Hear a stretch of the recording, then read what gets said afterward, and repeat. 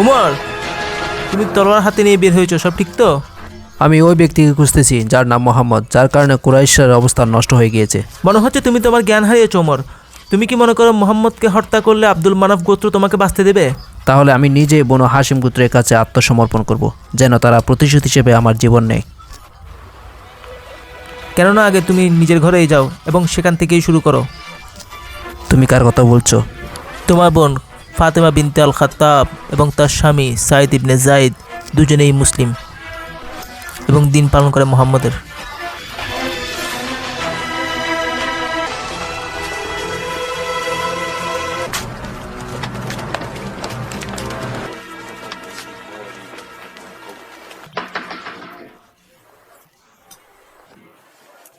ভাই, এখানে কি চলছে? আমরা নিজেদের মধ্যে কথা বলতেছিলাম। আমি শুনেছি তোমরা আমাদের ধর্ম ত্যাগ করে মোহাম্মদের ধর্ম গ্রহণ করেছো। মিথ্যা বলবা না। ওমর, দেখো, যেটা সত্য আমরা ওটা মানি। তার মানে তোমরা করেছো? ছেড়ে দাও ভাই।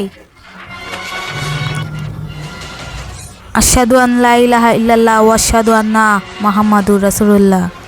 হ্যাঁ, আমরা ইসলাম গ্রহণ করেছি।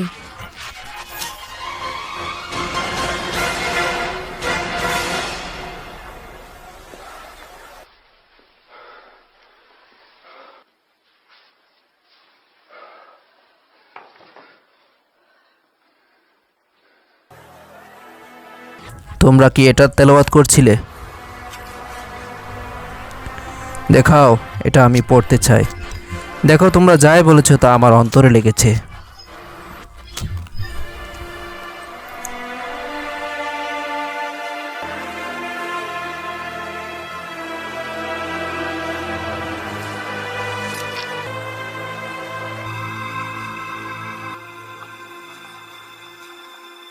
طه ما أنزلنا عليك القرآن لتشقى إلا تذكرة لمن يخشى تنزيلا ممن خلق الأرض والسماء الرحمن على العرش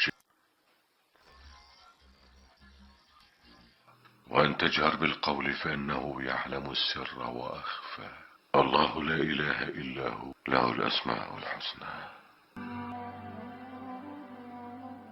যারে এটা বাণী, তার কোনো মাবুদ নাই।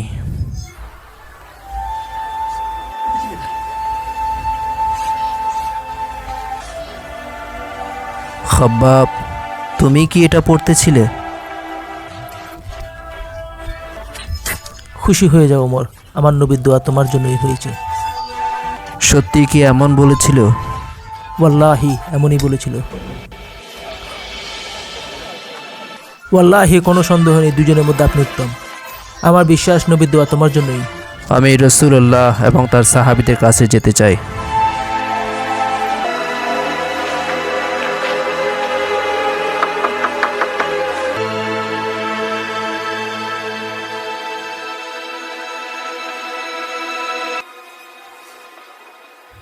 বাহিরে উমর ইবনে খাত্তাব তলোয়ার নিয়ে দাঁড়িয়ে আছেন। চিন্তা কেন করছো? দরজা খুলে দাও। যদি ও সঠিক নিয়ত নিয়ে আসে, ইসলাম কবুল করবে, নয়তো এখানেই তাকে হত্যা করব।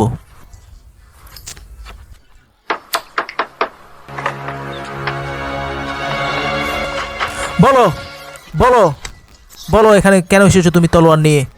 নয়তো এখানেই তোমাকে হত্যা করব।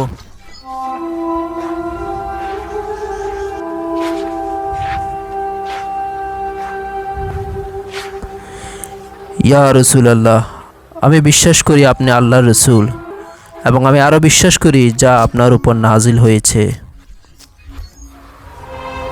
আল্লাহু আকবার, আল্লাহু আকবার, আল্লাহু আকবার।